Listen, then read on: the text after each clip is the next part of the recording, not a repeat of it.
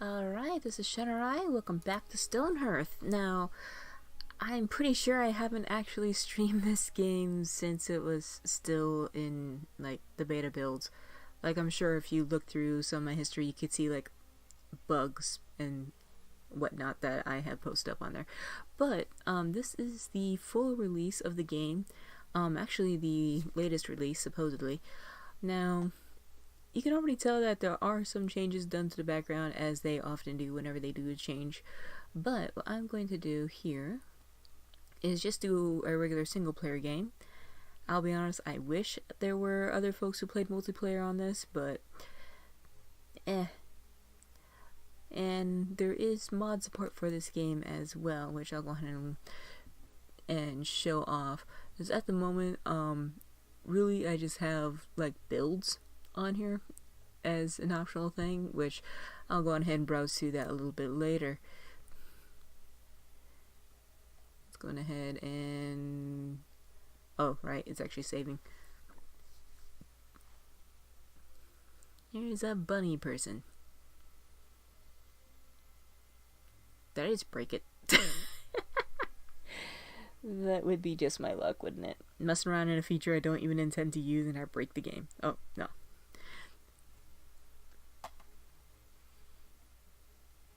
Or maybe I did. Ah, no. Radiant. That's the folks who put this together. But yes, new game, single player. This is the story of a brave band of... you know what? Hold on. Main menu. I'm actually going to see if I can turn down the graphics on this. Mostly for the sake of OBS. Geomancer, and it crashed. Lovely. Well, that's a lovely start, isn't it? Well, let's try this again.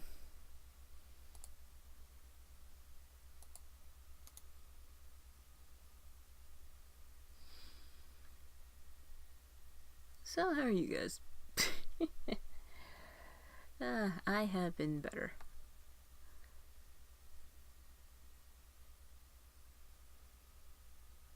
And hopefully I can get through this without crashing the game. If I don't get through this get through the entry without crashing the game again, then I'll just go straight into making a new map, making a new colony, and explaining the colony from there. Alright. Mess around with the settings a bit. Everything should be minimum. Speech icons.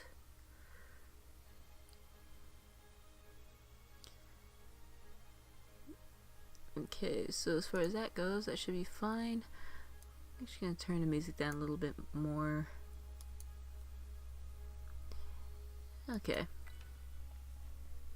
This is the story of a brave band of settlers from... You'll notice that we now have 3 kingdoms to pick from. Last time I showed this off, I believe Rhea's Children was just added, but now we also have the Northern Alliance. Basically, what we have here, I suppose, compared to real world terms, is you have early Englishmen, you have the Middle Easterns, and you also have the Norse, I guess. Now, they do have these 3 having completely different gameplays. Like, the Ascendancy is the most balanced of them because you can actually have access to everything and still be able to make a profit, still be able to make your own army and things like that as needed. With Rhea's Children, that is more economy based, so you are encouraged to craft things and sell things and trade more often than not. The Northern Alliance, on the other hand, I think they are meant to be a little bit more battle hardy, and they rely a little bit more on mining and stone than they do on wood, like the Ascendancy does. However, Rhea's Children still relies mostly on clay, but do need a fair amount of wood. But we're going to go ahead and play as Northern Alliance because, I'll be honest, out of the 3 storylines that they have here, I like the Northern Alliance's take. A clan of tenacious explorers. Seeking new lands and adventure, they set off to... Now, of course, the temperate zone is best played with the Ascendancy. The desert is best played with Rhea's children. The Northern Alliance is best in the Arctic. So, of course, we're going to be seeing a lot of snow. A lot of snow. Even in the spring, a lot of snow. But that is fine. They set off to Valkyrie Tundra, a location that promises to be... Now, I'm not going to mess around the hard difficulty because that's just me. But peaceful is probably going to be a little too boring for y'all to watch. So I'm going to go with the middle and just go with normal gameplay. Watch the picture. I don't know what in the heck that is, but just the face. Yeah, anyway, this is a location that is sure to be an inspiring place to start anew.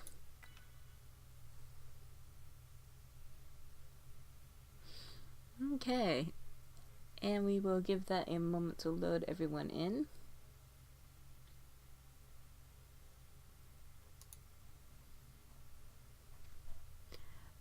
Which I guess is not going to. Nah. Ah well. What they look like don't matter quite as much as what they can do. So, what we are looking at so far are 3 out of the 5 folks that we can take in currently have a single skill as opposed to 2 skills, or traits rather. So, like Bree and Gunther here, high body, spirit's okay, low mind. You are a night owl who is stuck, so you would probably wind up being a good hunter. Ken Catil is hot-headed, but is a night owl. I might stick him as a guard or a soldier, something along those lines, because high body, fairly good spirit, and mind.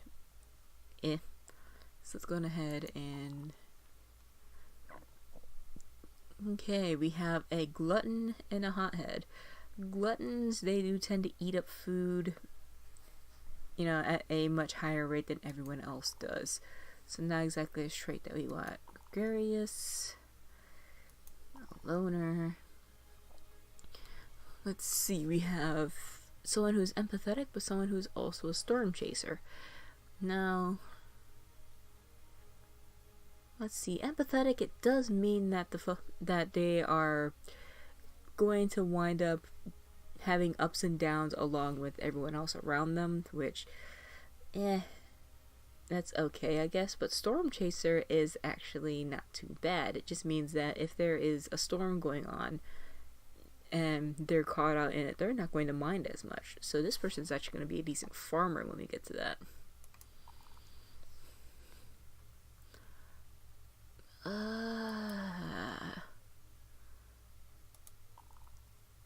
I'm basically just rolling until we get to, here we go.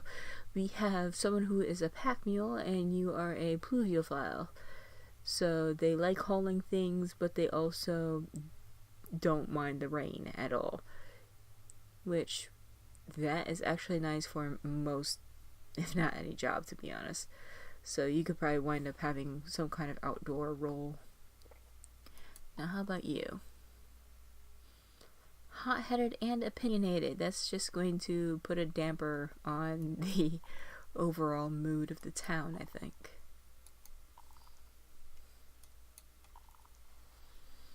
Callous and a gourmand. Meaning that this person, they don't really care as much if someone winds up dying in the town, but at the same time, being a gourmand also means that they're going to be very picky about what they eat. And that's, it's not a terrible thing if they're a cook, but it does mean that they wind up, being a bit of a pain in the rear in early game. Because really, I think I only have access to like 1 or 2 different kinds of foods. Well, 3 different kinds of foods. But still, they get kind of bored of that after a while. But having a gourmand as a cook does, it might mean a higher higher quality food? Not sure. But we'll take it. Okay. So we have 4 different, I suppose, resource pools to begin with. Over here we can start off with 2 archers, a cook, some jerky, and gold. Which, you know, it's alright if you want to go straight for food. We have the merchant caravan, which is probably more balanced than most. Well, I'm not sure about than most of the other ones, but you start off with an archer for defense. You have a trapper who can go out and get your food. The herbalist can actually help kickstart your economy by making potions that you wind up not using and selling those off. You get some potatoes, you get some gold. There's food for days down here, which is more focused on, well, just giving you a decent head start with food, really. But there is no way that I can see here for you to cultivate it immediately unless you have access to farmers, which the Northern Alliance, they actually do not have immediate access to farmers. And then there's money solves all problems, where it just gives you the means to start making things and a whole bunch of gold. Not a start that I prefer. I like going to merchant caravan. Okay, now the longest part of this, because we are running this on a stream, and as such it is going to slow it down, but picking out the map. Now the starting season, we are going to go on ahead and start it in the spring, because screw the winter. If I can put it off, I will put it off. Let's see, this honestly doesn't look too terrible. Now we will wind up utilizing mountain space quite a bit. Good grief.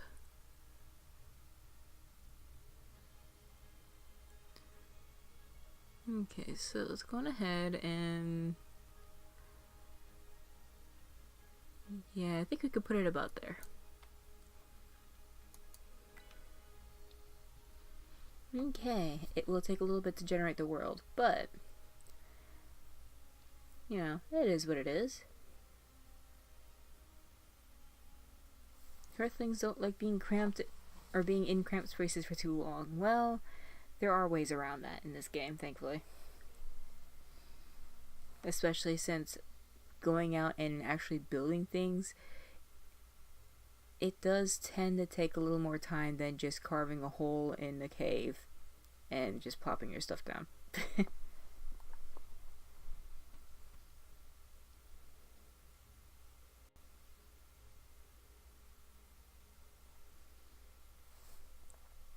Okay.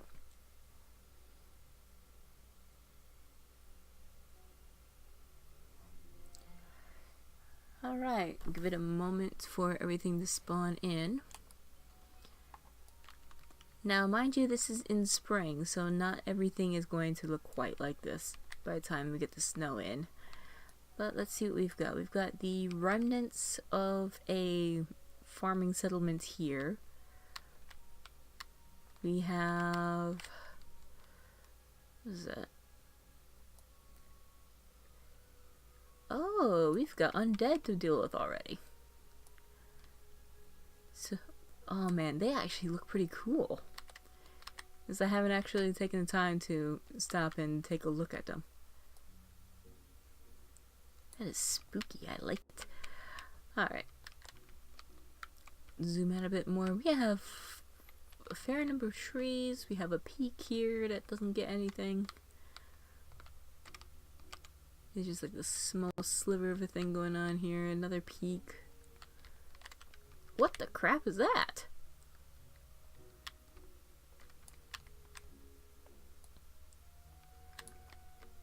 Dude.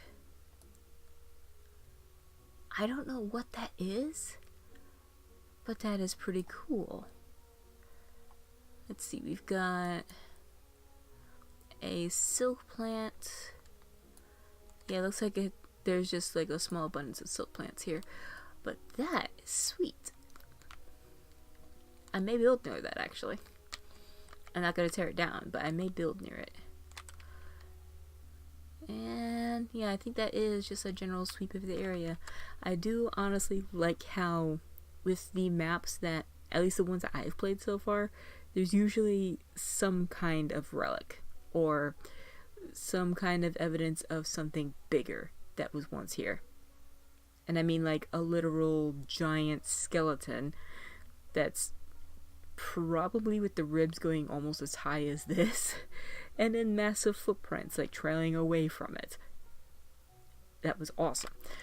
And so is this. So what I'm going to do, yeah, I think I'll go ahead and plunk them down like at the foot of this.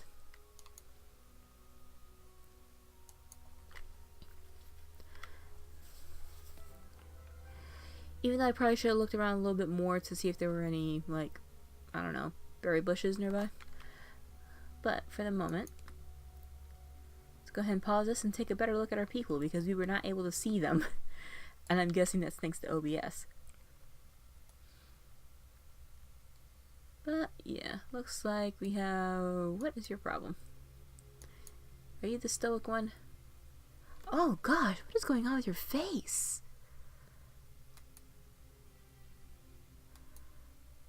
Oh wow, it genuinely did not generate that. I have never seen that before.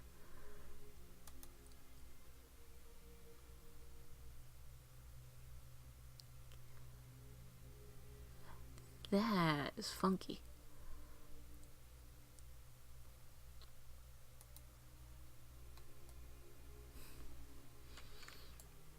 Huh.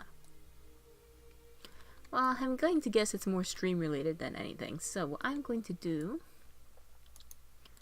as ever, is to designate a zone not too far away from the flag for the sake of dropping stuff off. Okay, and that can hold all the things for now. So what do I have in the area food-wise? Not really sure. So what I'm going to go ahead and do... that is gonna mess with me. It's like I have an army of missing now. Okay, so... the stoic night owl, you... You can go on ahead and be the archer.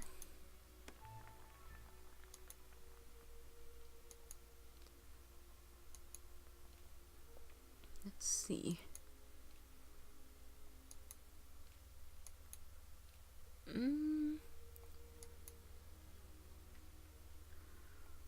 You can be our trapper.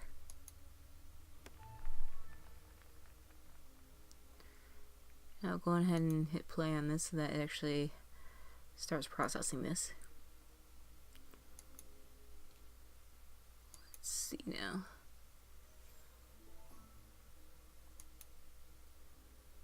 Hot-headed night owl. I'll go ahead and make you our herbalist. Just so that you're not interacting with people as much during the day.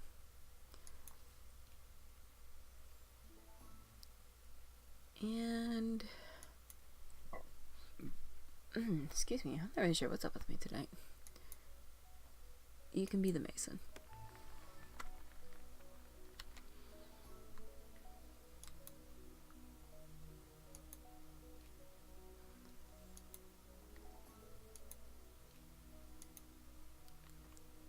Alright, so now that I have those jobs down, let's go ahead and pause this.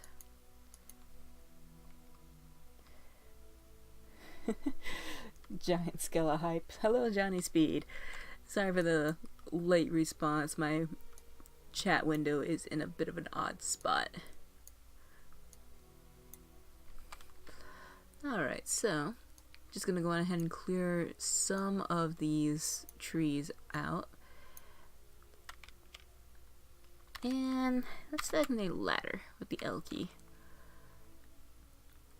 probably a bad idea to put it right next to our village there, so I'm going to stick it in the corners of this cliff face here. That way, if I do have like some undead or whatever coming to town, then I can just say, oi, they're coming from this direction. Alright, and let's get some trapping grounds down. Now, personally, I generally don't really like to build within the trapping grounds. So, it's going to stick this off to the side. A figure appears. Well, I shall tend to you in a moment, oh figure. Alright, now we can have two different kinds of trapping grounds, and Northern Alliance are able to hunt bugs first. I'm not going to question it. You do what you gotta. Hopefully come winter they'll be able to also hunt some rabbits and such. But yes, a figure appears. A stoic scout. A woman stands at the edge of camp. She wears the travel-worn blues of a scout at the library. I'll be honest, that text is too small for me to actually read, so good luck. Nobody saw her arrive, but it is clear she has been waiting for some time. Or watching for some time. Okay.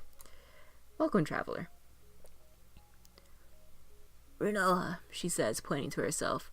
Her voice is strangled. As if to explain, she pulls her collar away from her throat, revealing a mess of old scars.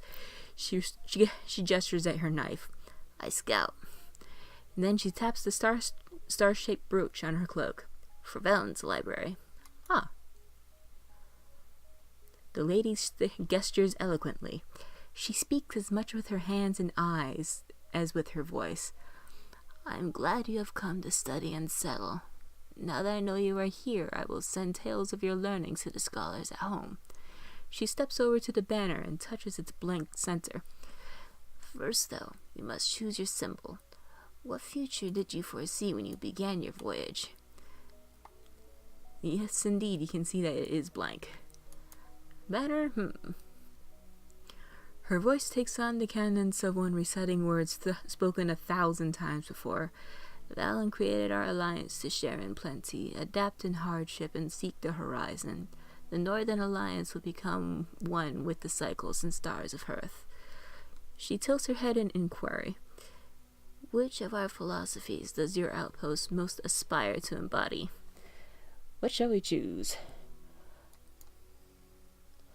Well, Johnny, it's just OBS being laggy as fuck, alongside my computer being old. That's all it really is. If I had the funds, then, might be able to upgrade, but that requires room as well. So from here, we can not only randomize a name for the settlement, but we can also have a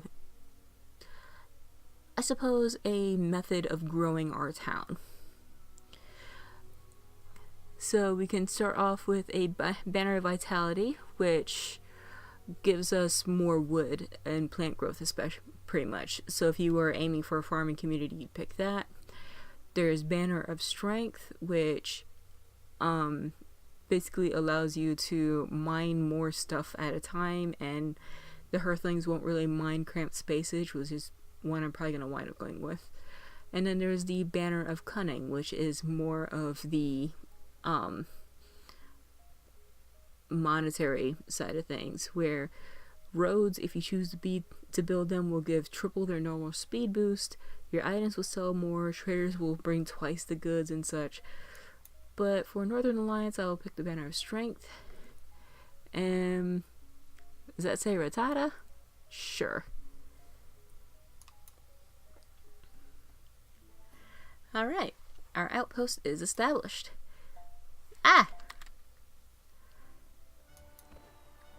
Okay, proclamation of outpost. Then we can actually see.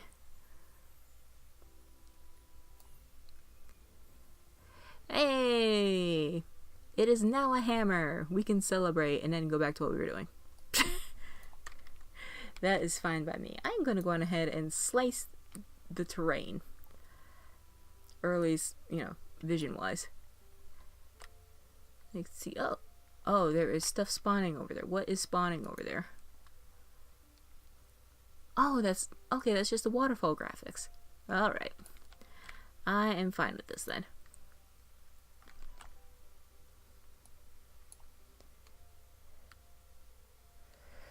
Hakuna Matata. Alright. I'm gonna go ahead and start mining some tunnels here. Oh!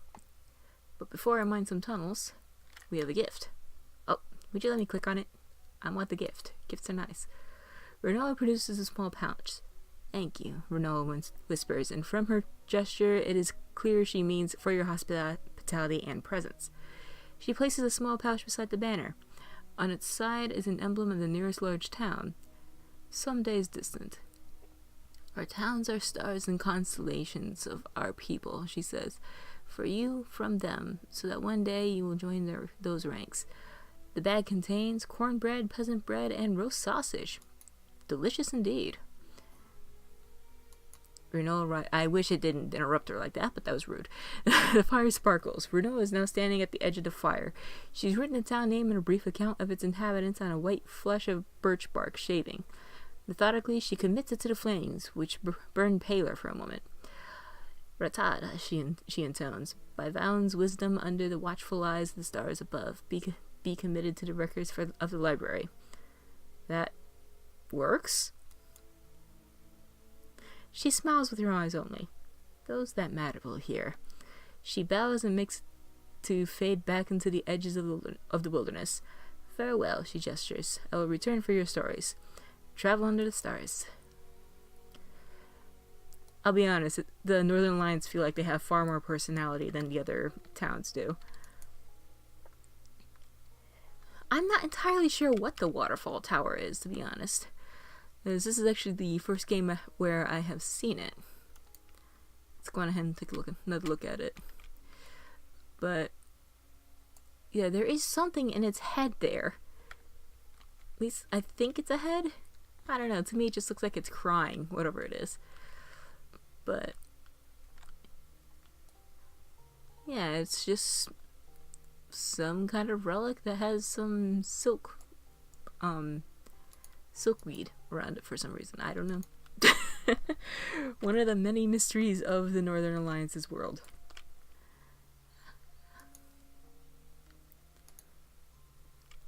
Okay. Now let's see if people are going to be coming in from there.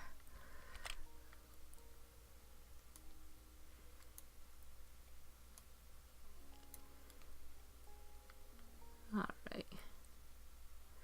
Gonna have one there for the sake of the gate. 20. Let's go ahead and make this a touch larger.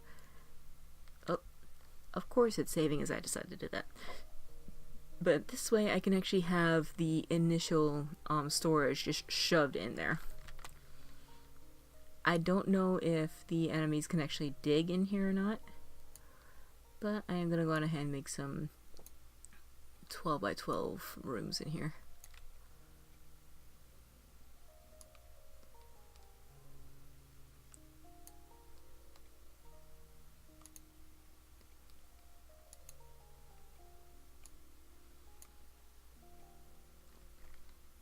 That will be for the sake of housing a little later. Johnny Speed says he's seen very little of this game. Heard it's like Minecraft and RimWorld got the smashing. Not quite. If anything, I would describe this game as Dwarf Fortress Lite, if you gave it graphics. Something along those lines. Now, if you wanted something along the lines of RimWorld, then there was an earlier stream I did for Rise to Ruins, and that's actually a pretty good game as well.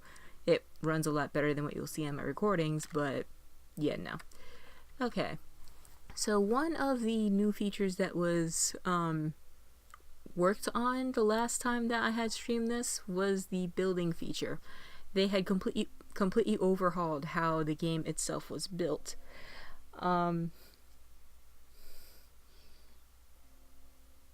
Secured storage is smart, so I'll comes running and grabbing stuff before. Yeah, they will do that. Let's see, and yep, RimWorld is RimWorld. I have yet to get that game myself. My boyfriend has it, but I'm $35 is still a bit much for me, at least currently. But yes, you can either create rooms from scratch, or as I implied with the modded comment earlier, you can actually load templates, and you can either have stuff that you've made and saved before, you can have stuff you've pulled from the Steam Workshop in here. It's raining now. Or you can actually look at some of the default stuff that they have here. Now we have the Herbalist, we have the Mason, we have some shared sleeping quarters and whatnot. We're gonna go ahead and plunk down the Mason's Workshop first, because a lot of the buildings that the Northern Alliance have rely on the Masons. Plunk them down right about there. You can actually see, let's go ahead and make the roof disappear for a sec. You can actually see how things are set up by default, but at the same time you can also move these things around if you wished. And let's see, I'm gonna go ahead and do just that. So click on that and click and drag, and it's actually not too difficult to edit these things. And you can also go down here and take a look at what sort of furniture and doors and such that you can set up here as well. Let's see, are wall templates in there? I'm not entirely sure on that. As far as templates go, I think basically you just save your finished build, and then you can load it and then work on it later. Or you can just load it, plunk it down, and say, hey, I want to build this, and then let your folks go to work. What other furniture do we have available here? It doesn't look like we have a whole lot to start off with, which, understandable, we're starting out. But, yeah. This one should be fine for the time being. I'm gonna wind up leaving these open so that we can stick some shelves in a little bit later. And when we close that, you'll see a ghost of what is supposed to be built, and the Hearthlings who actually have the time to go and build it will build it. Let's see what we've got. Aw. Well, to be fair, we haven't built anything, so of course we don't have that high of net worth yet. Can you design the furniture? Not directly. As your Hearthlings improve in their craft, they will actually be able to not only make ornate versions of furniture, but they will also be able to decorate it in gold and some fancy stuff like that. You'll see here from the Mason's orders. Let's see if I can find one such example. No. Not among the Mason stuff, apparently, because they just carve things out of stone.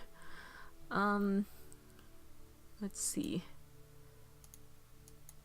I can't show you with the other ones either because I don't have them yet. Although with the Herbalist, what I can do,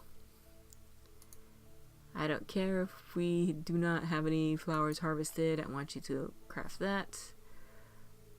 Wild game has been sighted. Ooh, where? Of course, it's on an area that we can't see. And we got a boar. Okay.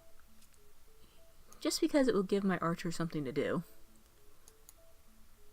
Gonna call upon him. Attack. You.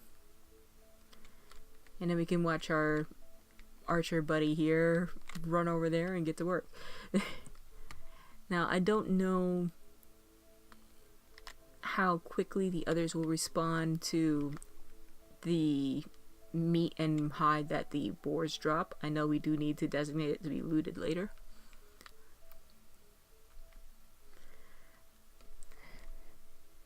Sorry about the questions. Oh no, you're fine. I mean, you're curious about the game, and that is awesome. Let's see. Can you design the furniture? Oh, we already said that one. Do Earthlings have attitude like in RimWorld? Nowhere near as dynamic. If anything, they start off with one or two traits which kind of dictate their behavior. Like this guy, for example. If it will let me bring him up. Bryn, I have no idea what is going on here. I think he's confused. Bryn, are you okay? I guess Bryn is okay now. And is chasing a squirrel. I'll let Bryn chase the squirrel. But let's talk to you instead. But yeah, if you actually look into the character sheets,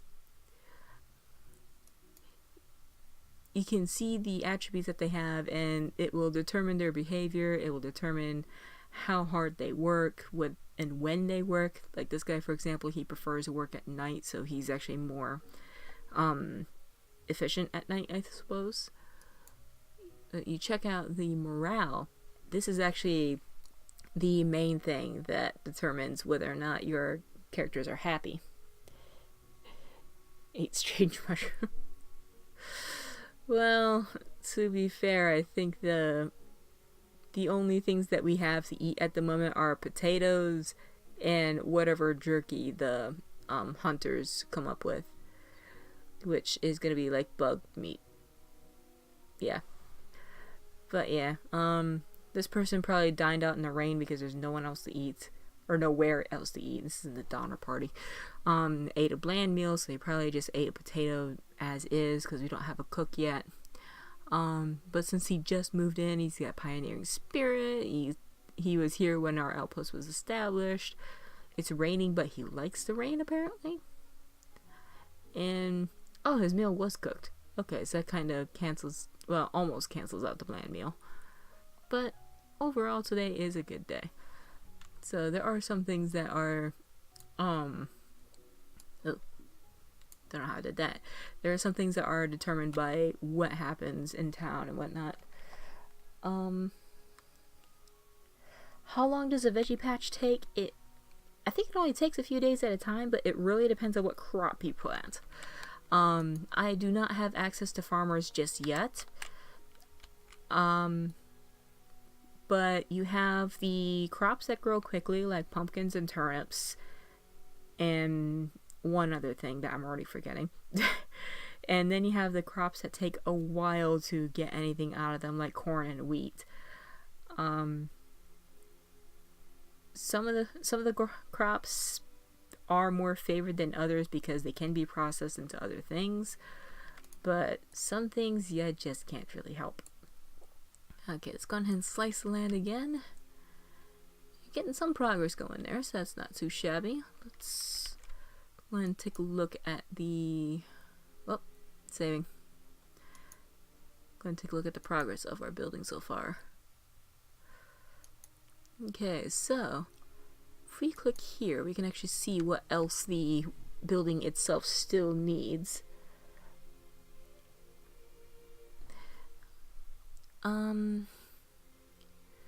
Let's see, we still need a couple supply tables, which our mason is unable to build at the moment because he's not high enough level. Need stone door, stone table, which I think he just hasn't built it yet.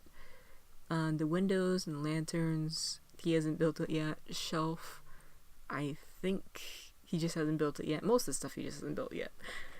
Needs to get on that, man.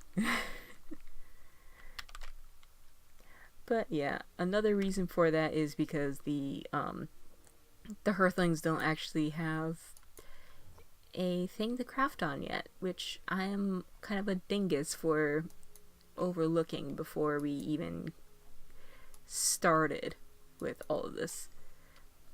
But we can go over here to the orders tab and be able to move things around. What is going on with your face? I'm not going to be able to get over that this episode. Yar, food be food, better than starving, you scurvy beggars. Oh goodness. That's honestly, considering that it's the vitamins or lack thereof that give scurvy, then I wonder what the crap these guys are gonna wind up eating later. But yeah, I'm gonna move that to the top of that. Sure, it's gonna require him to be level 3, but it's better to have him knock that out as soon as possible. Hey, Trapper level 2. You can now charm a pet, so you can have a pet just kind of hanging out, and now qualifies for advanced jobs. Oh. I wonder if that means I'm going to go on ahead and designate a second zone and see if that is going to do what I think it will.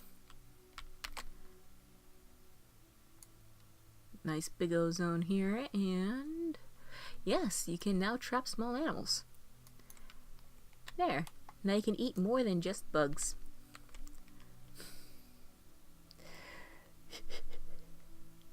Flintstone chewables, oh gosh. Shaped chalk is more like it. Although, let's be honest, they were probably a little better than some of the stuff that was around at the time.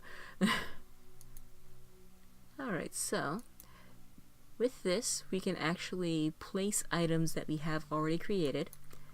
Now, I made a spare workshop on purpose so that I can just go on ahead and stick it straight in here. So, let's turn this around. Here we go. Oh, too far. And you can go there. And then by the time this room is dug out and I have the storage moved in here, it'll be a little bit easier. And we also have various seeds going on here. We got winter moss seed, which is basically like a Northern Alliance form of tumbleweed, I think. So we can actually just plant this right outside here, because why not? And we have gold juniper, gold pine tree, silver pine tree. And just because, why not? Let's plant this around the hunting area.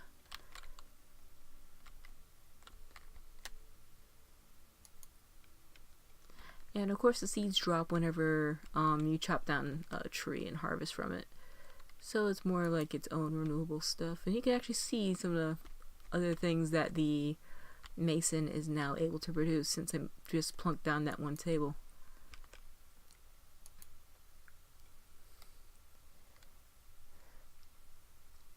Let's see. Can they live underground? Yes. And because of the perk that I picked with the flag, they won't mind it as much. Do enemies burn crops or homes? I don't know, to be honest, because I have not let that happen. It may change with this playthrough. I don't know. What I do know is I'm going to plant a few more trees because, yes. Oh, saving again.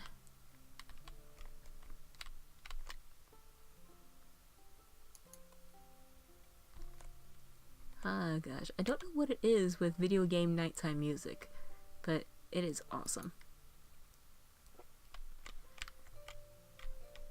And we'll plant some trees up here too, because why not? And this one is the gold pines. So we're going to have some peculiar yellow trees going on up here.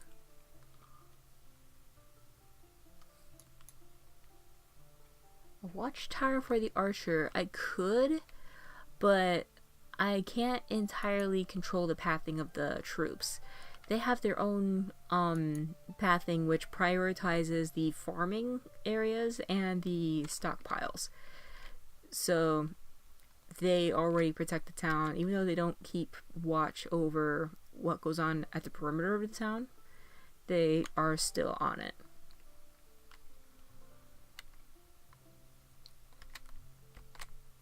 Although I have seen some pretty neat builds in the workshop that involve towers, but I have a feeling that they're cosmetic only. Alright, how's progress? But yeah, as far as pathing goes, I actually do have the pathing trails enabled on here, mostly so I can see what my Earthlings are up to. And you can see this guy has, you know, the stockpile in mind. So he's just gonna pace around, make sure that no one's getting into our shit. Strategy is passive. Maybe? I don't know. I mean, basically, as far as combat goes, I'm able to call everyone to my town flag or other flags I have designated as safe areas. And then there are 4 different combat parties that I can split my troops up into depending on how many people I get or what their classes are and things like that. Because there are different classes in this game. And then from here, I can have them defend a certain location. They can run forth and smack a bitch. They can just move over to an area and kind of hold still for a bit, or I can just outright disband them. Alright. Daily update. And we've got someone today. Alexander Frostweaver has joined Rattata. Okay, and you don't have a picture either. That is very strange. I have a feeling that it has more to do with the fact that I'm running this and OBS at the same time, as that has not happened in previous games I've played. Are your dudes armed? At the moment I have 1 bow. And yeah, that's it for the time being. But surprisingly, on normal, 1 bowman is actually enough for like the first few days. But eventually I'm going to have to build up to be able to hire carpenters. But yes, looking at Alexander Frostweaver, we have 2 mind, 6 body, 5 spirit, and this person is a cultist. This Hearthling keeps mumbling about some sort of secret bunny god sleeping eternally. What's that about? I don't know if this is like some kind of weird Cthulhu reference or if it's an actual thing in the game. But it does have pioneering spirit, and we're all about that. But yes, a young cook has arrived with a trunk of breakfast foods. Ooh. Too bad we only have 20 gold to spend. But yes, this person came along with bacon and eggs, a fried egg, a large fried egg, a quality large fried egg, an omelet, and some peasant bread. Some of these meals actually can be broken up into multiple meals, like the peasant bread. I'm not sure if the bacon and eggs can be split up. The large fried eggs can be split up, but I need to keep that 20 gold. So let's see what kind of stuff I can sell for the moment. Let's see, you got some... Ooh, we can sell some of the hides and carapaces that we have. So we'll sell that beetle chitin. Is it chitin or is it chitin? I don't even know how to pronounce that. The boar's pelt we can sell. That we can sell. There are uses for the pelt, but we do not have the means to mess with that at the moment. And some of these seeds we can sell too. Because we honestly don't need to replant all of them. That's a bit much. Okay, so we're up to 36.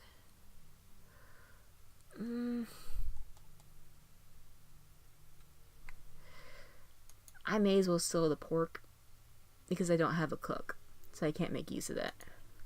And sadly, food does rot in this game. No axes? No axes. I don't know why there aren't any axes.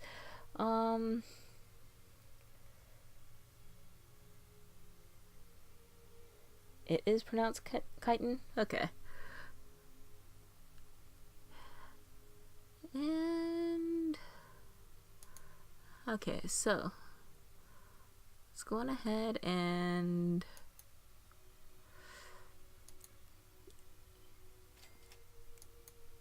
get 1 large egg, 1 peasant bread. That omelet's a bit too much.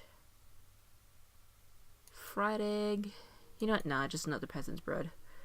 Just because I know for sure that one can be broken up. Uh-oh, invaders approaching. Oh, pause the game. Where are you from? Okay, we have stonelings. It's just like little itty bitty adorable Geodudes, pretty much.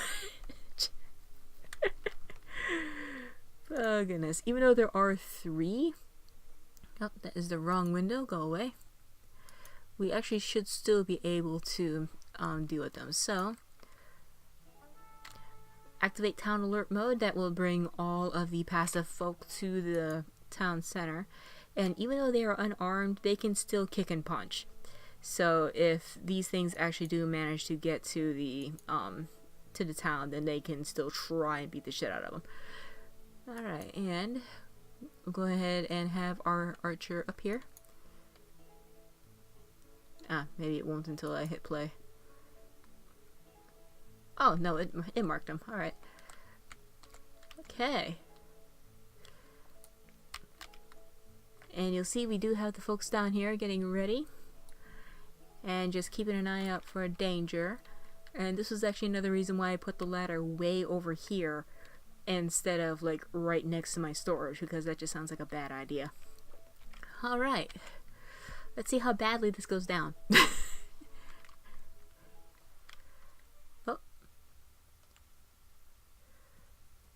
Okay, there goes the first. You get the first Geodude down. He is able to take off about a quarter of a heart at a time. Oh, there goes another shot for half a heart. That is a second stoneling down. Can you get the last one? You can do it. Alright. And as adorable as that was it for that first encounter. So,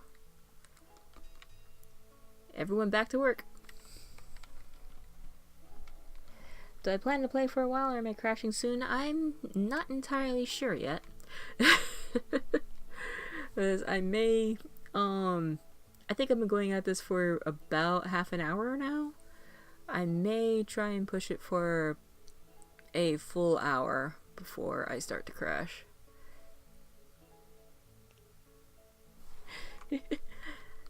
No joke, the archer brought it. Hell yeah, he did. Alright, how's progress? Okay, we still need 2 supply tables, 4 window frames, work shelf, and that's just about it. And then that building will be done. Honestly, I do not like leaving these builds alone, as in like in the middle of a building before saving and quitting. Primarily because this game has an odd tendency to kind of forget that the build is a thing.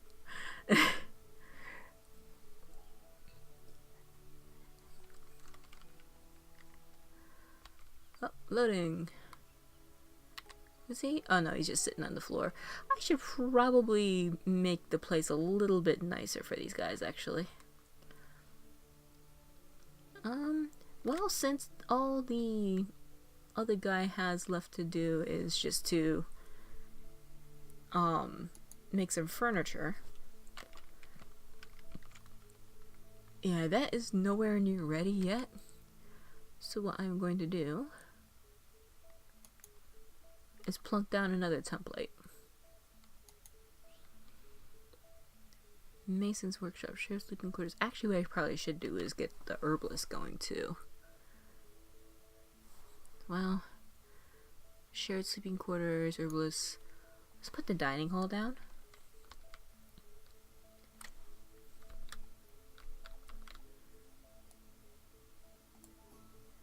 And have this one just a little bit away from that.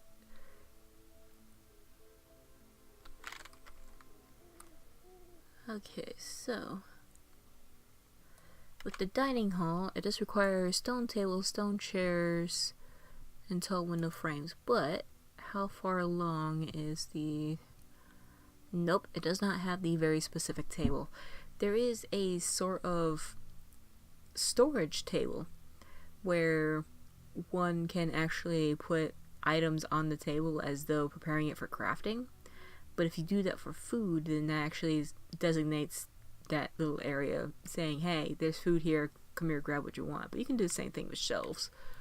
So not too worried about that.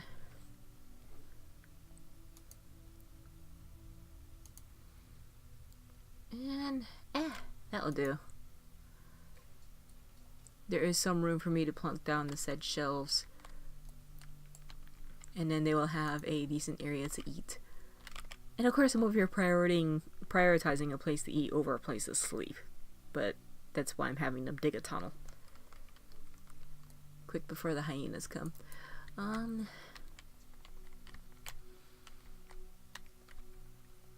Let's see. This guy's actually...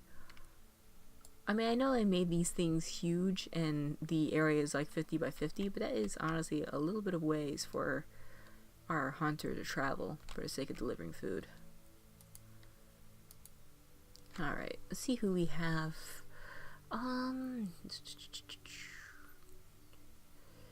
Yeah, we don't really have a whole lot of people to play with at the moment. I do have this game set up where I can go above the 20 cap. Like, I think I bumped it up to 50 because I was curious. But at the moment we only have 6 villagers to play with, and that's not quite enough to have a quick build or a quick builder. But what I can do is designate Alexander here, our new guy, just to go mine for a while. And this person will have all that done as quickly as he can, I suppose. Hey, level 2 Mason.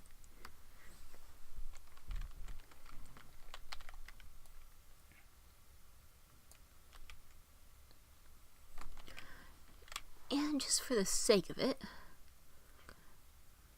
let's go on ahead and figure out what the crap to do over here with our herbalist, because each of it's been kind of hanging out.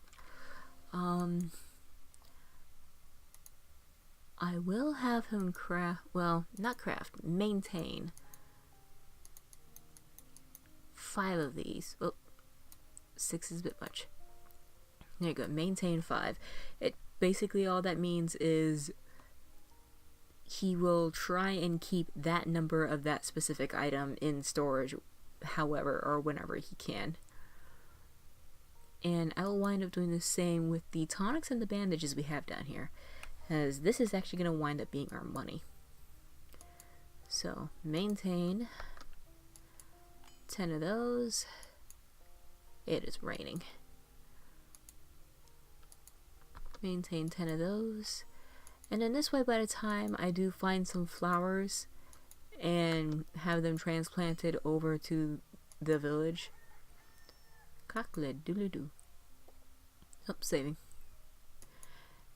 Then he will actually be able to help get our economy going.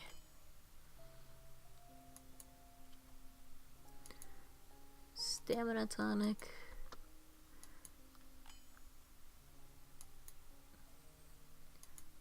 Coarse bandages. Energy tonic.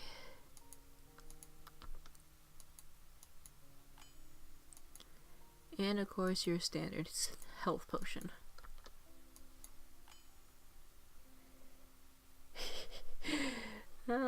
Cat stole your chair, didn't it, Johnny? But yeah, the reason why I have these set up in a reverse order like this is when the herbalist is at a high enough level, you'll actually wind up making the most expensive item first and then going down from there. As I have the tonics here more for selling than actually using.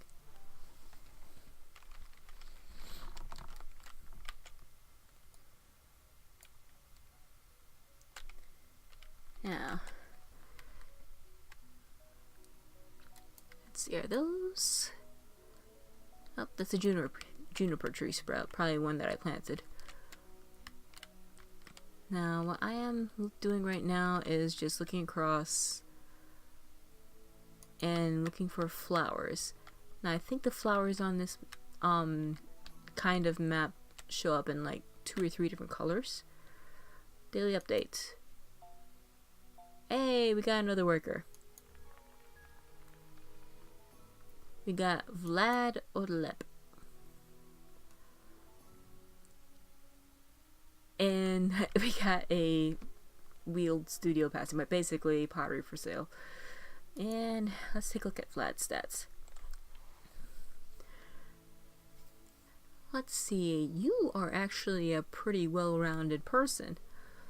I think the highest stat that you can get over here is 6. So high body, high mind, that is awesome. Your spirits, it's okay. Basically, the body determines how long a Hearthling can work at a thing before they get tired. Mind allows them to learn quickly. Spirit is more of a morale thing, I believe. But let's see. Vlad is a glutton, so he's going to eat through our food stores, which, I mean, I guess if he doesn't mind bug meat, then have at it, I guess. And he is excitable. They can never seem to keep their emotions in check, so they become happy and sad much faster than normal. Which, I guess, you know, some people can relate to that. I mean, not quite as much, but... Alright, let's go ahead and take a look at your studio. Is art a thing like for selling? It is for selling, but it does also increase the net worth of the town itself, like as a whole. So, like if I was to get some of these, like a vase for 140 gold, then that can actually add on to the overall value without having to do a whole lot, really. They have dining tables, they have stools, they can sell clay, they sell lamps, they sell gnomes. Fucking garden gnomes. What do I have to sell to them? Because I'm not too interested in buying at the moment. My meat, I'm gonna leave that alone for a bit. Let's sell the chitin. Sell the boar pelt. Apparently he haunted another one. I'm not gonna argue with it, but okay.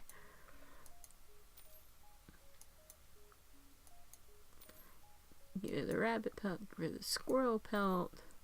He has been busy. Get rid of the fox pelt.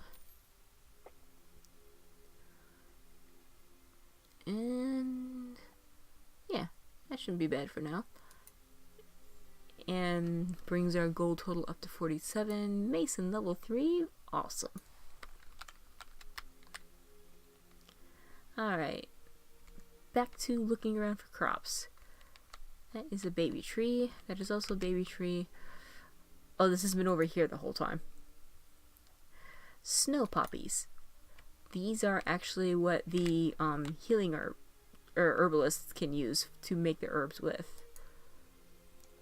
So I'm just going to plunk that right near the entrance there. And generally, where you see one, there tends to be more in the area.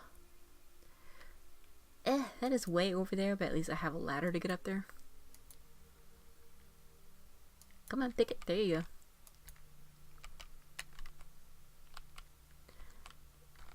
Let's see, I think in this area we have the poppies, and then we also have the violets. I can't really see where I'm planting this.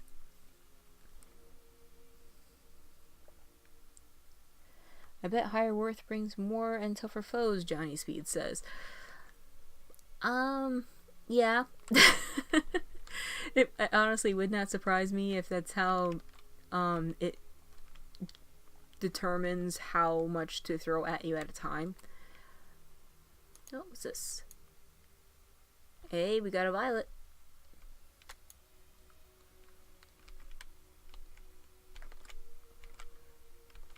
Ah. Funny thing about violets, most people claim that they have no actual use, but apparently they have been used to make cough syrup before. Kind of a funky thing.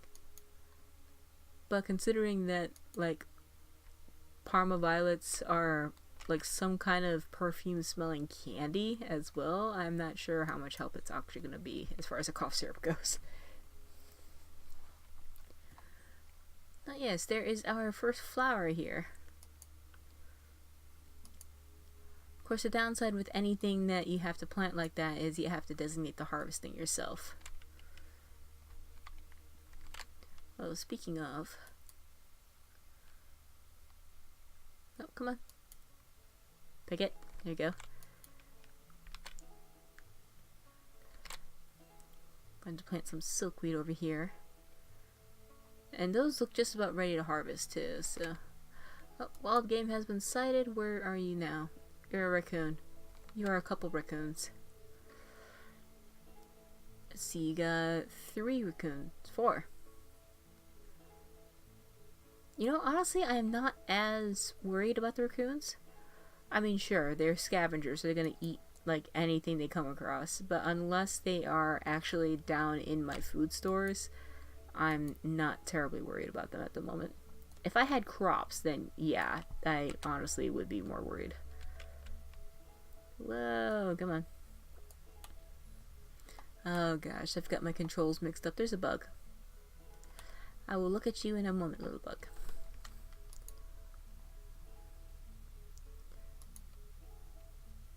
Okay. Oh.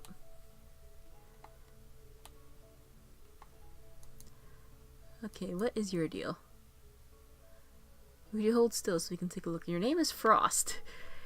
And you have been befriended, I am guessing by our... I don't know what that sound was.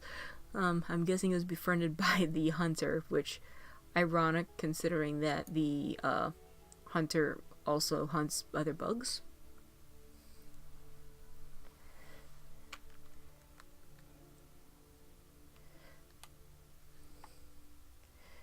Let's see, Johnny says there are violet pastels, and he's had them before. Well, I would imagine that they have, like, that stronger, perfumey aftertaste, which, until I try it myself, I can't fairly judge that, so. We have another bug named Flame, who's befriended by the same person. That is cute. You have one pet named Frost, one pet named Flame. Watch them multiply into a horde and storm your village. Oh no! It would not surprise me, but oh no! Okay, so...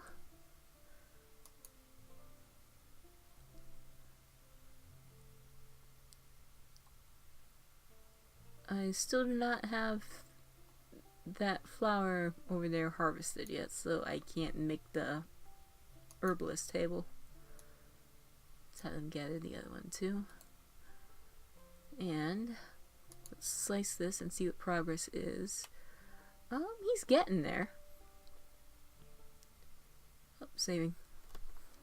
It looks like he has dug up a fair menagerie of ores and stone along the way as well. So we have regular hunks of stone. We've got clay going on here. We've got some gold. Really? Okay, we've got gold. We got copper. I think there is some iron and tin hanging around. That one is silver. Very nice. Yep, there is some tin. I know the tin and the copper you can turn into bronze in this game. But of course all that requires a blacksmith. And speaking of...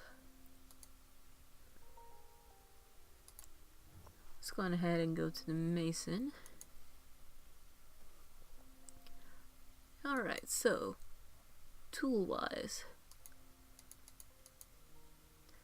we'll have to make 5 cook spoons.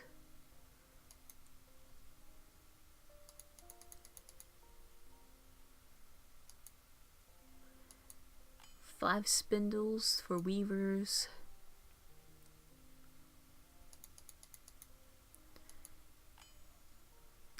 I don't think that I will actually wind up using all 5 of them. It's just more along the lines of something to possibly sell after I get the other peoples in there, I guess. And since we already have one, 4 trapper's knives. And even though... Oh, he's just not a high enough level to do that. Okay. Now for that, I'm going to actually maintain about 5 of these. Now I may as well also make some stone walls. It's a starting weapon, so I may as well.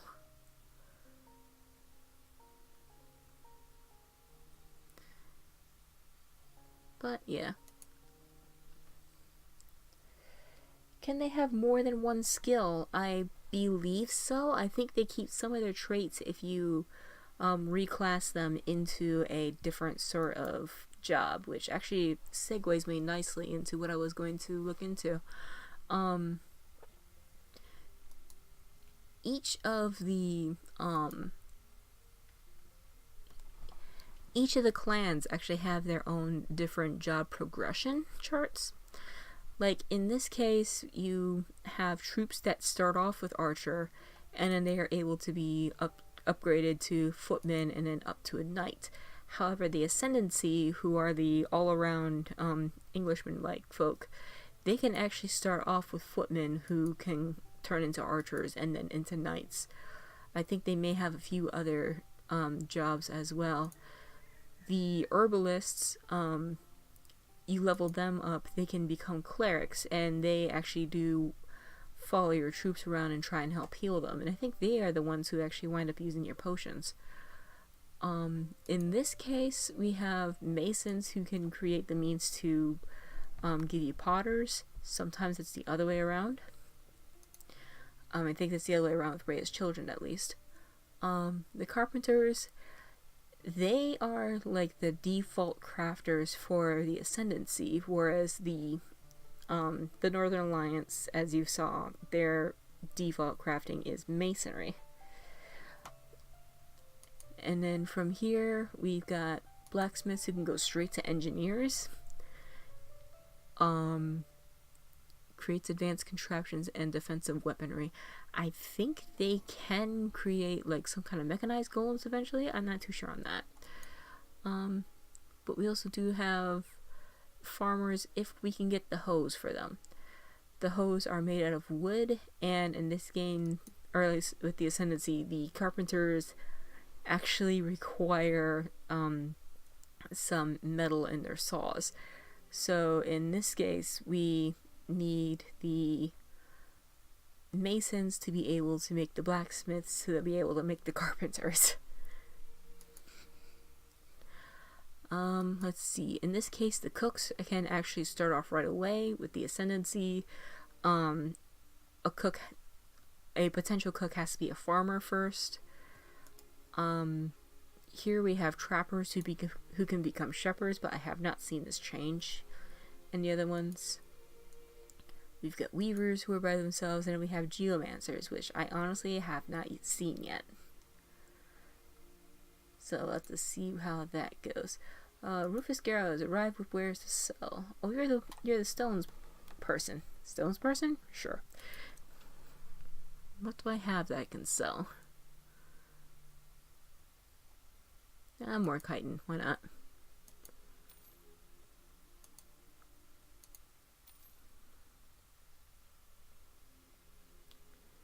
And that should be good. We are up to 57 and one more immigrant. Who've we got? Ragnar Icewolf.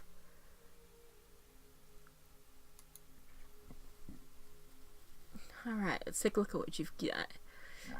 You are not a very mindful person, sir, but you are very spirited and you have a decent body. Imagine actually saying that to someone. That is... yeah, that's just a weird thing to say.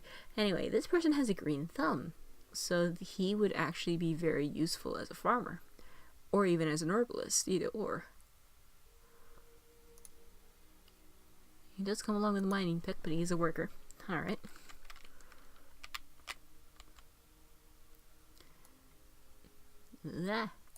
Camera. They still don't look quite done with that just yet. And what was I going to do? Alright. Let's turn this around.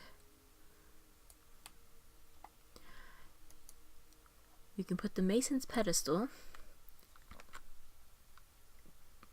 down here, and this will actually provide some light as well, because it actually does come along with candles. And the Herbalist lab we will stick on the other side. Okay. And yes, it looks like we are able to move some of our stuff in here. And since we just got our new person in, we actually can go straight into this. So do.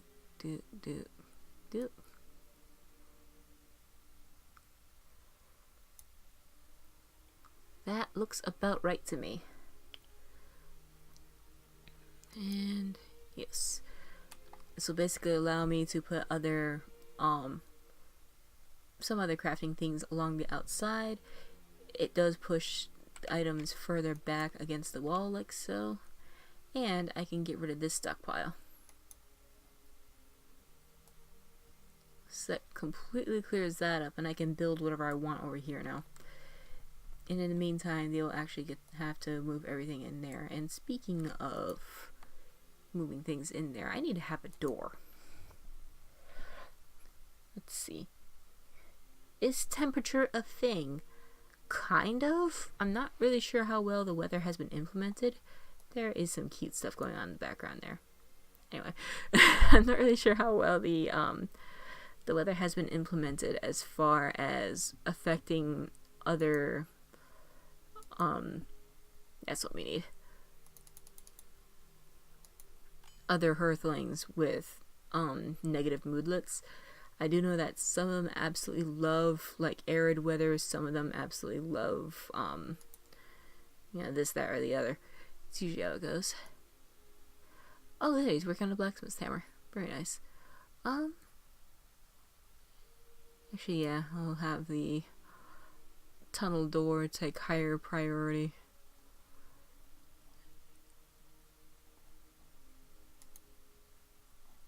Okay.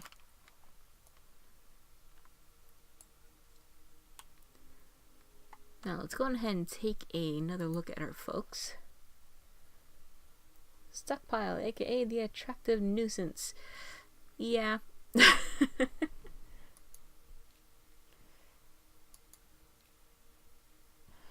Alright, where did our Gorman go? There you are. I'm going to change your job to be the cook. And we got invaders approaching. Let's pause this again.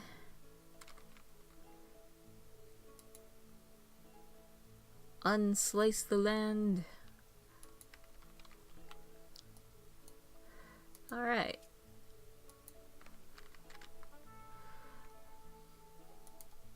And let's see where these invaders are going. Oh, they are already there. We got feral wolves this time. Oh dear.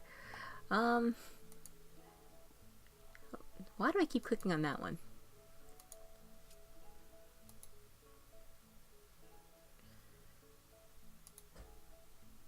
Okay, they are much closer, which will be a bit of a problem, but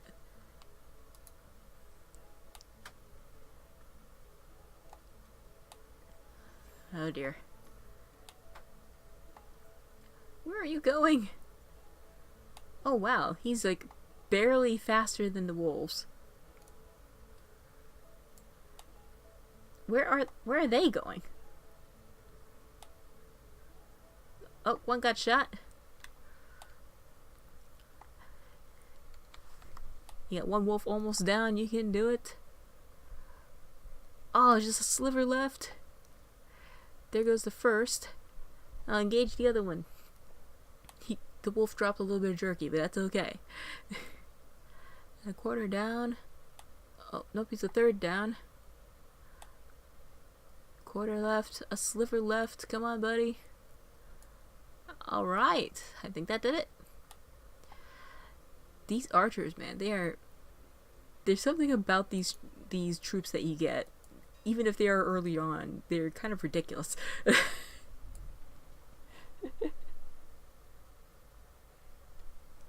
Help, you accidentally built 2 workers inside of a house. What do you do? There is actually, let me go ahead and pause this a sec. Pause. Thank you. There's actually a little feature that you can use. Sometimes, like, with the roofs, you can wind up having a Hearthling, like, trapped on a roof. But what you can do is click on the Hearthling itself, himself, herself, whatever, go to their character sheet, and there is this nifty little feature. If they are absolutely stuck and they have no idea what to do, they will be idle. Either or that will be flashing, either or. And you can actually click that once per day and be able to move them close by. So you can actually just teleport them a short distance away to save them from starving to death.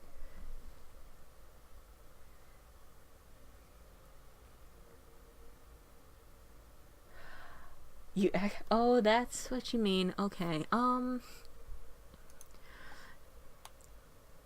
So basically, you built yourself a box, and your workers are trapped in there.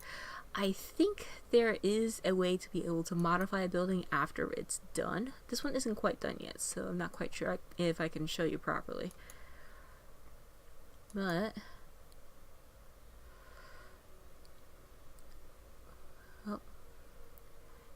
well, let me know. Okay, so not that method.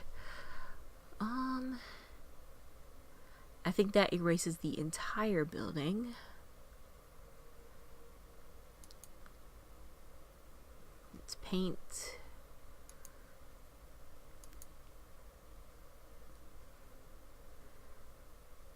Do I allow links?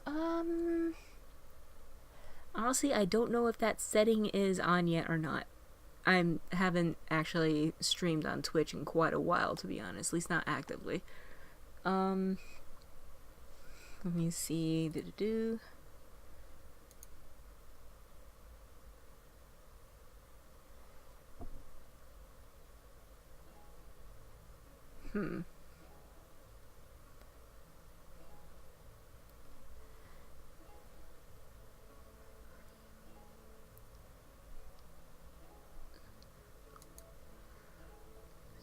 Room making holes? Holes. Ah, okay. It's this button. This button will allow you to punch a hole in your wall. It looks like a Hearthling is about 4 blocks high, 3 or 4 blocks high, so you may need to punch a hole that large. But yeah.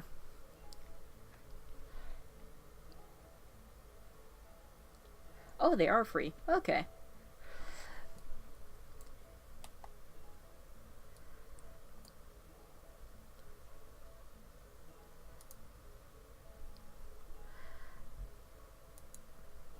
Well, there's that bit of troubleshooting for, I guess, other folks who needed to know how to punch a hole in their wall. Okay.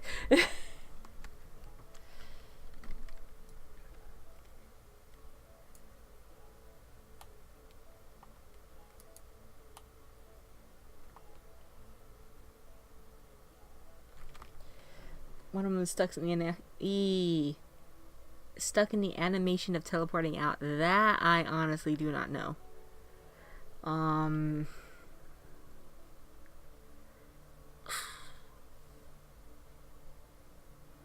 Can't punch a hole in already. Oh.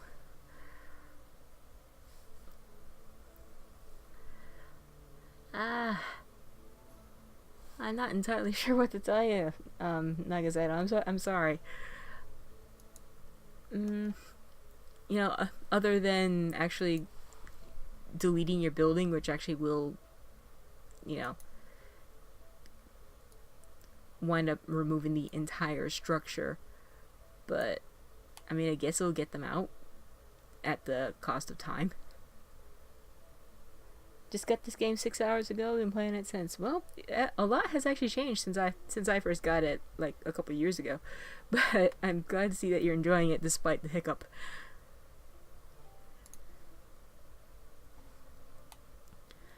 Oh, hey, and we have these tables here.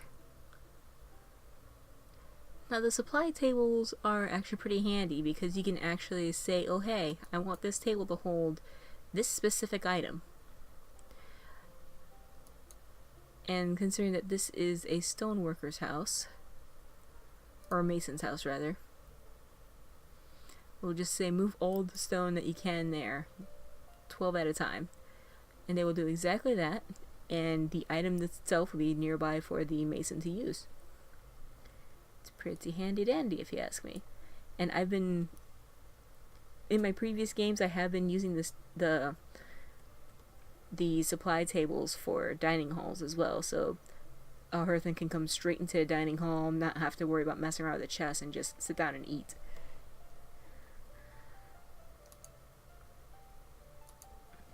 Wild game has been sighted a ways away, and your raccoons again. Oh no, squirrels this time. I'm not worried. I need to stop getting my controls confused. I have my controls confused with kingdoms and castles at the moment. What are you? Oh, you're sweet potatoes. Okay.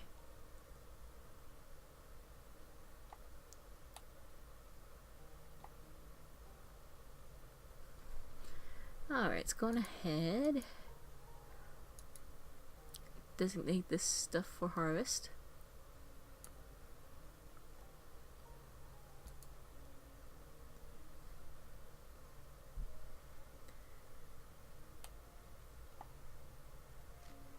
Let's see what we have here. We have...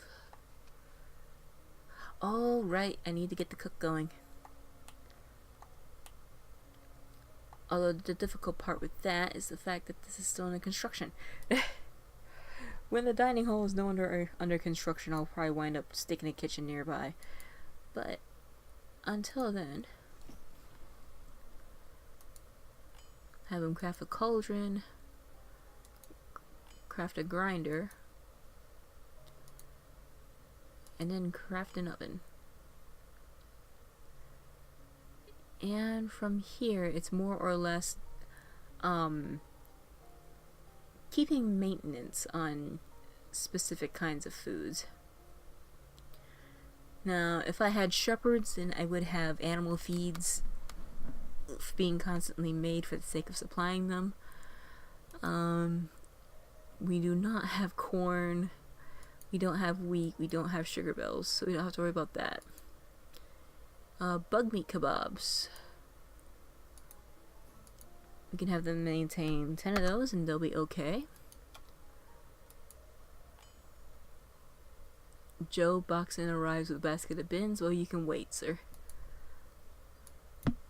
Oh. Got some roasted sweet potatoes. We'll just craft 5 of those. Tasty vegetable stew. I think all 5 of those are potatoes, so I won't worry about that. Savory meat stew. Now that we do have.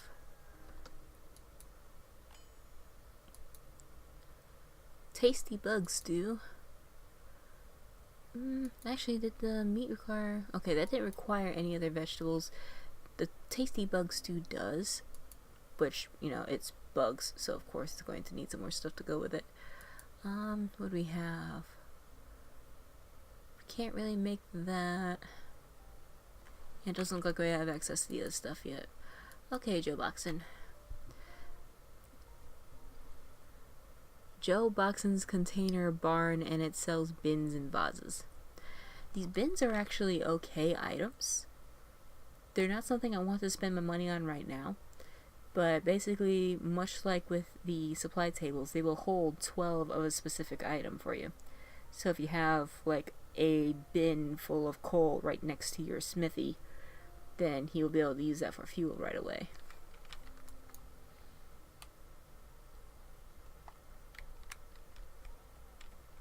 Well, I heard something go woo. What? Oh, hey! And that's the Mason's house done. Very nice. And... uh-oh. I saw some floating hearts. Is there someone trapped on top? No. Very good. Very good indeed. Basically, there are two ways to get someone off the top of a roof. One is the teleporting method that I showed earlier, and two is to have someone build a ladder. Oh, daily update. Hey! We're not doing too bad as far as the net worth goes. The food we're probably going to wind up struggling on with a herb before too long. And we have Ira Ice Wolf. Are you related to the other Ice Wolf that we saw? I don't know, but you are highly spirited, your mind is okay, your body is kind of crap. And you're hot-headed in temper. Let's see, never voluntarily backs down from a fight, even ones they probably should. Meaning I could potentially make her a soldier if I wanted to, but at the same time the low body does not make it very ideal for her to be any sort of fighter.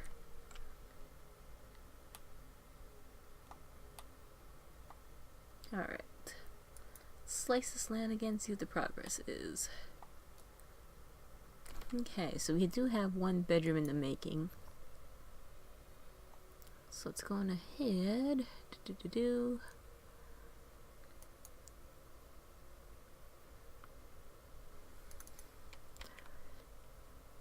Whoa, well, actually, yeah, screw it. Make 15 tables. Let's see, finished work shelf. Make 15 of those too, because why not?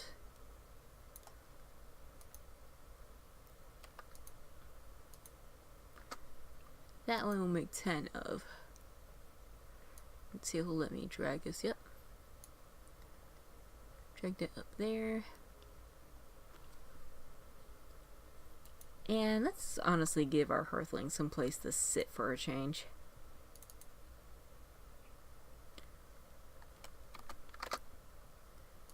Get 20 of these benches. We can put some around the fire.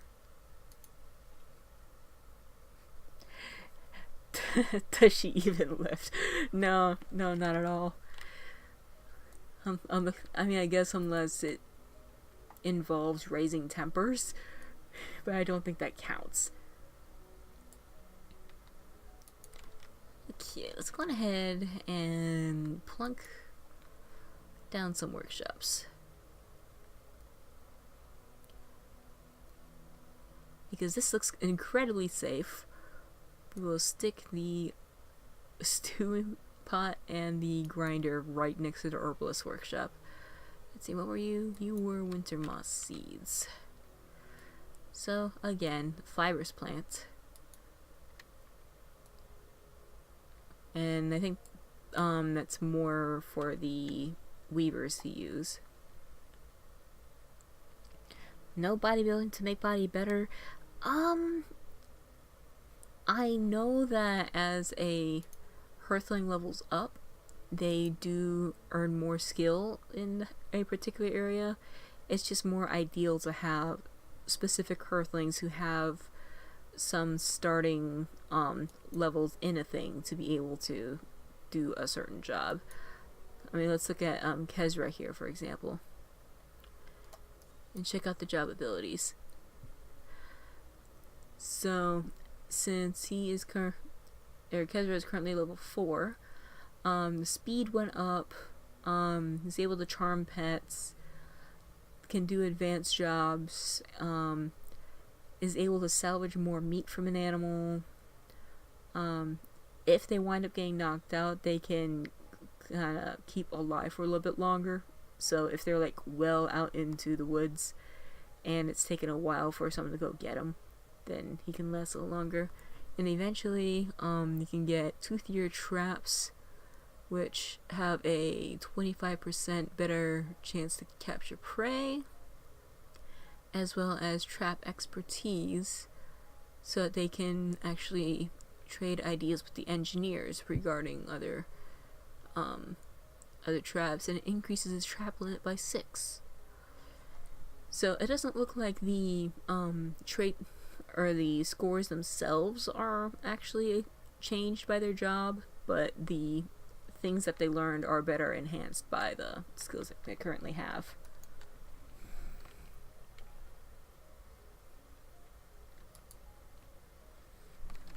Although, looking at some of the stuff that we do have at the moment, let's see, we still have our cultist, we have our hothead.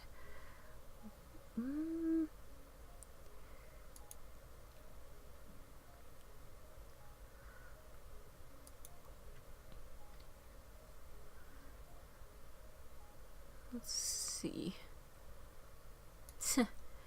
Oh, I know what I'll do. I'll make our hothead our smith, because that'd be hilarious, really.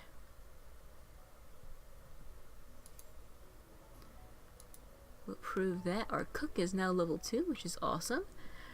And let's go ahead and take a look at how our archer is doing, because if we can promote Bryn here, let's see. Not quite yet. I still need to finish that 2nd level before I can consider making him a footman.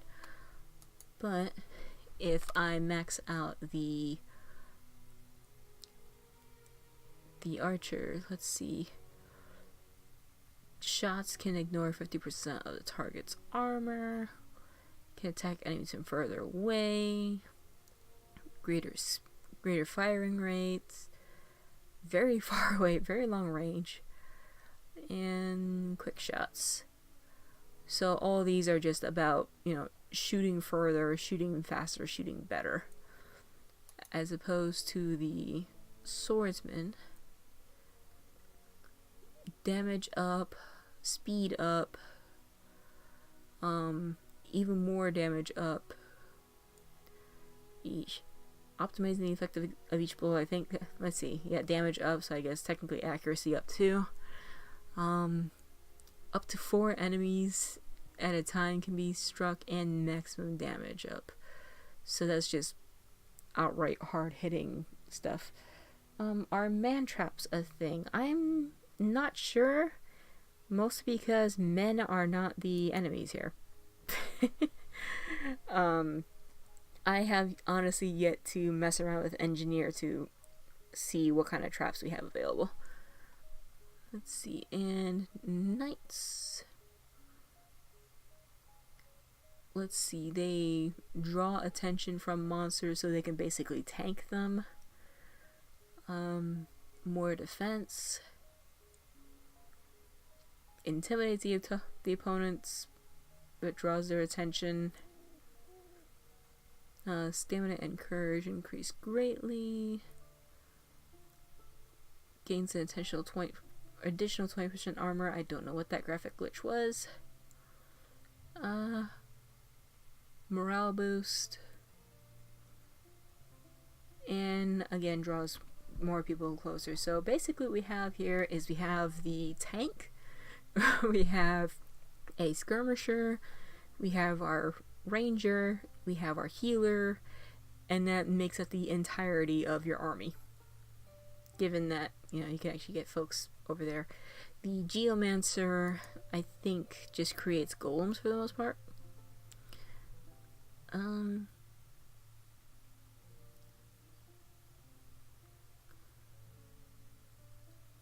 Oh, okay, so by the look of it, they can turn the stone and the ground into specific ores, possibly. They can create golems to do our bidding, which is awesome. Summon more ores. So basically these are the blacksmith's friends. Ooh, Ronia's back. Can archers shoot out of windows? I have not tested that. Most of the archers that I've had, they have just run straight at the enemy and then just shoot. And run and shoot and run and shoot. Ronia appears again at the edge of camp. How long has she been standing there anyway? You returned. Ronia gestures at the camp, smiling approval. have come again to pass your stories to the library, she indicates. She sits by the fire, produces another birch shaving, and she waits. Well, since you were last here. Ronia meticulously notes everyone's adventures in the ruins of the birch park, and again commits them to the flames. Your fleck of light is growing. Soon your hearth will draw others, and someday it too will be a star in the constellation of our people. Is it time? What wisdom has your settlement gleaned that it wishes to pass on to the rest of your people? That wealth should be shared.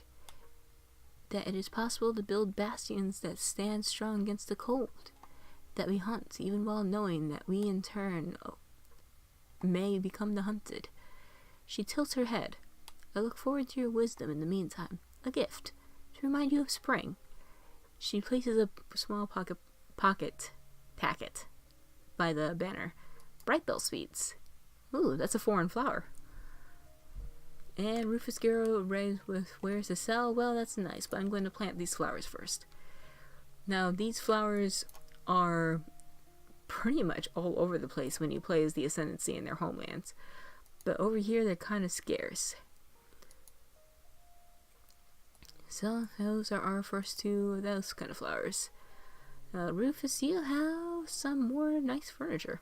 Even more so than I saw last time. But, again, not terribly interested in buying wares. I am selling wares.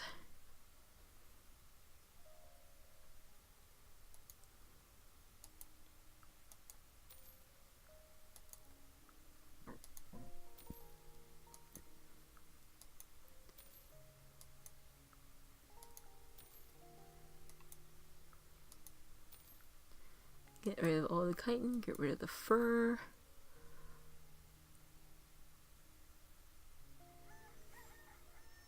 Cockle doodle doo. And that should be good for the moment. Let's see, we got Mason level 5. Good grief. And now they can make excellent quality items, which will make them even more valuable. Okay. Well, now that has been dug out. Okay, we actually do have some tunnel doors here, so for the initial door at least, I'm going to do a bit of an airlock kind of deal. Oh gosh, I really wish that wouldn't, like, glitch out like that.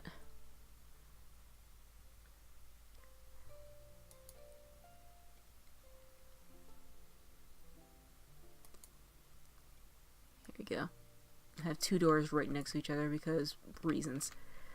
And I did wind up making this too wide, which was kind of silly of me, but I can do that.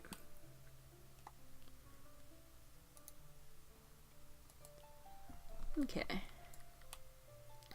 And I can also plunk down some furniture. Now, even though I can sell these for a little bit more, they also are of slightly better quality for the Hearthlings to sleep on as well.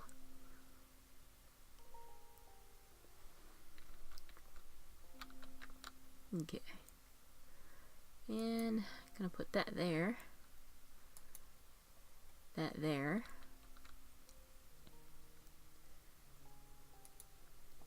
That there, and that one there. It is going to be a bit crowded, but it's a place to sleep.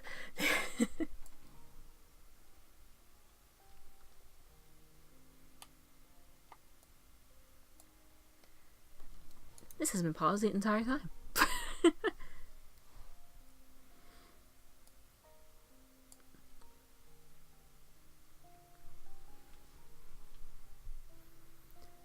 Okay. What do we have left over here?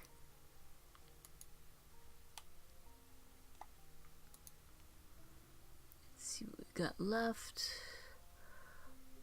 Okay, the furnishings are fine. I think it's just the roof that needs doing.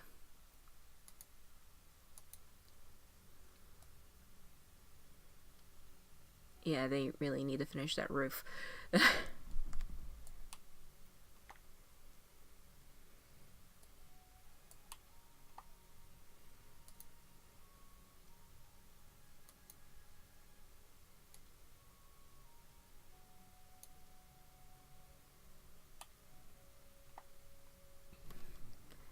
clear out some of these trees. Oh, daily update.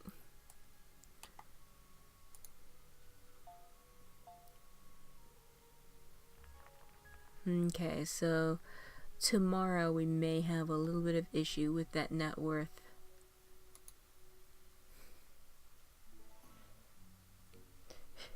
Johnny Speed approves of airlocks, particularly with murder hole lines fired in the area between them. It would be nice if it was that intricate, but like I said, this is more of Dwarf Fortress Light. They don't really have the full effect there. Yes, let's see who's joined us. Oh, they're probably on the way down, but we have Kezra Uldra. Mind and body, they're so-so, but very spirited. And aww, Kezra has an animal companion. Ever since Ember the rabbit saved their hearthling, Kezra Uldra, from mortal danger, they've been inseparable. Aww. And they also have a green thumb, meaning this person's actually going to be a fairly decent farmer. But I don't know if the rabbit is a good idea to have around crops.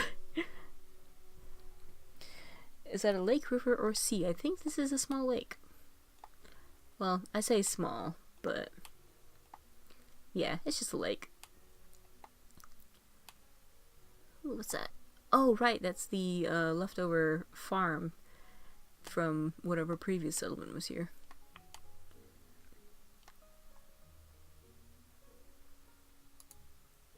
What we got? A trapper, level 5. Sweet. How many Kezras do we have now? Yeah, we have 2 Kezras now.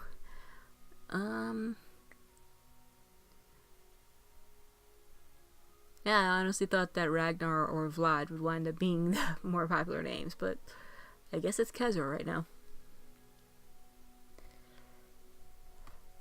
I haven't tried building a dock because there aren't really any ships to worry about in this game. But yeah, apparently the rabbit saved her. Or him. I do not ask these things.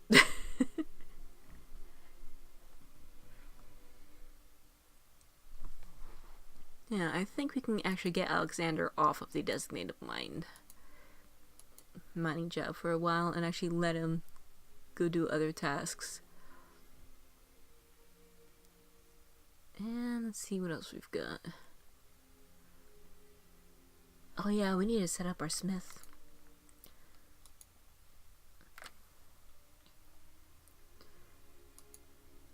We need to set up our blacksmith. We don't have the bar, but we're gonna queue it anyway.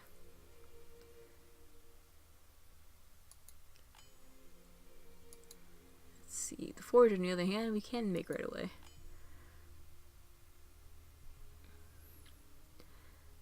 And this is actually where we're going to be able to finally get our carpenter saw. You know, once they're high enough level to understand how to make steel ingots. Golem picks.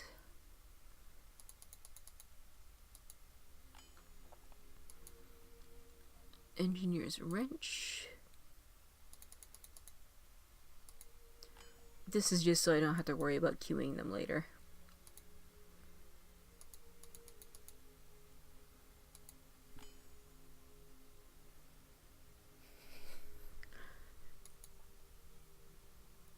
Let's see, that is an impressive looking vault, but that's not what I need to get. Okay, so what I'm going to wind up doing, as tedious as it is to maintain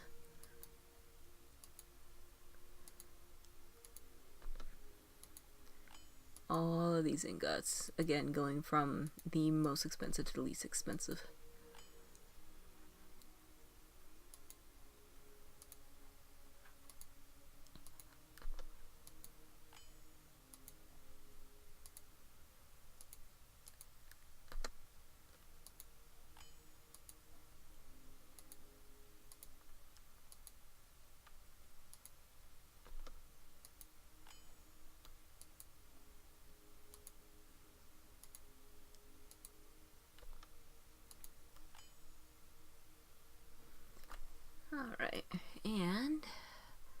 Let's take a look at the kind of gear that we can get. Let's see, we'll be able to get bronze maces, and those are meant for the regular fighters. I think most of these are either meant for fighters or knights. You got iron maces, you got iron pikes, short swords, long swords, two-handed swords. And you can actually see which class is able to use them. Like, these are for the regular fighters. The long sword is specifically for the knights. The circlets are for the clerics. Oh, we got invaders.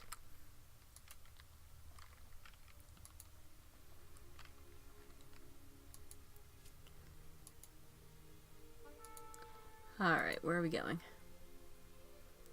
Unslice. Got a Varanus. Now this is kind of... Apparently this is the smaller version of the Varanus. Even the enemy pictures are messed up. I don't get that. But it's some kind of lizard worm of doom. And that doesn't look good.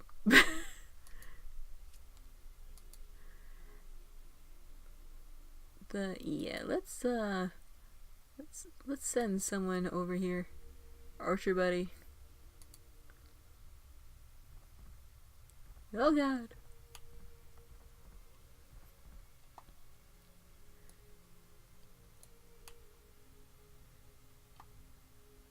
Oh, look at all that bug meat all over the place. Oh, he's hungry, but... well, don't worry. We can cook the Varanus meat for you, too, if you'd like. Okay, we've got the first quarter health down. He's down to half a health. And he's actually taking a bit of damage now, but... he's almost got it. Got one person running for their lives. And he's got it. Very nice. Okay. And that is actually a fair hunk of meat. A bit of hide that we're actually going to keep because we can use that in potions. And yeah. Let's go on ahead and designate some roast Varanus.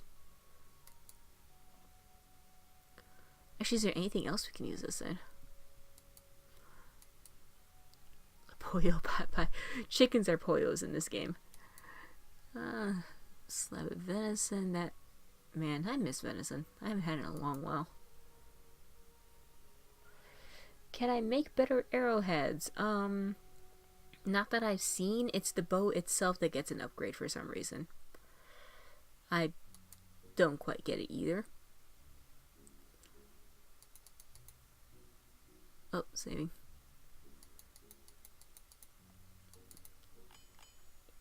Oh. I queued to craft them, not necessarily to maintain them, so that should be fine. Oh, yes, are you done with the building yet? I am not seeing exclamation points over it, so it looks like it may be done.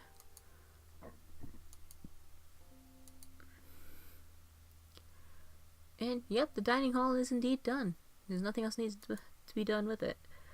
So, let's see, we are Deep Moon. Let's see. Yeah, we're in the summer. We started in spring, we are now in the summer, which is going to end in like 19 days. It's been rainy, which, that's okay. So far we have a mason's workshop and a dining hall up. We have someone who arrived selling doors and windows. Okay, that completely interrupted my train of thought. Yeah, that's all he sells is fancy doors and fancy windows. He also sells fences as well, and I'm gonna have to tell my mason to make those now that I think of it. But in the meantime, let's see, we got some very nice supply tables, which I'm going to sell.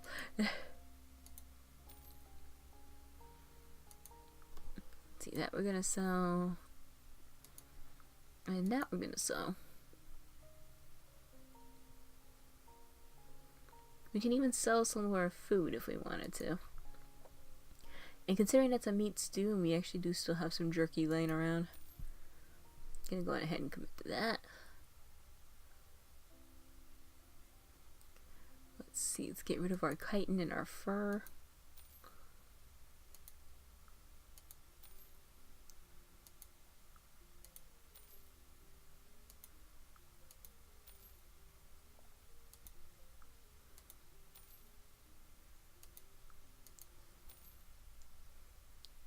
Can you build a skinny tall house with the front entrance below the cliff and a back door on the top of the cliff? That's possible. I mean, I can build structures with stairs, but it will take a while. That and I honestly am not too keen on other creatures being able to have access to my building like that. I mean, I'm sure I could figure something out though.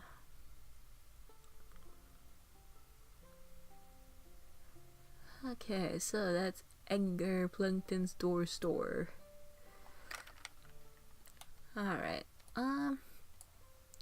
but yeah, I'm gonna go on ahead and put down our, stuff for the blacksmith. Oops. No. Oh yeah, and the stone oven for the cook as well. Because cramming heat sources inside sounds like such a fantabulous idea. Well, come on. Oh, don't tell me you genuinely have no room. Oh, it's too big. Wait, unless... Can I put it in sideways? I can, okay. Just what's his face is in the way.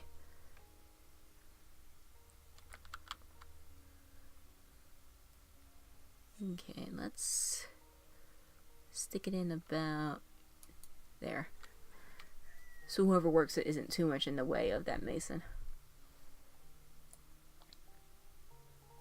So dark, I know. I didn't make any lamps. But, yeah, considering I do have 2 structures finished now, I at least have a start on the internals of my living area here. I am honestly going to go ahead and call it a night for now. But yeah, that is at least the very beginnings of Stonehearth. You can pick this up on Steam. As far as I know, it is fully released, and the modding community around this game is kind of nuts as far as their buildings go. So if you're interested in other structures other than the basic templates I've been using, by all means, check them out. They are an awesome group of brains to pick from, I suppose. But yeah, thank you for joining me tonight, and hopefully I'll see y'all on our next one. Y'all take care now.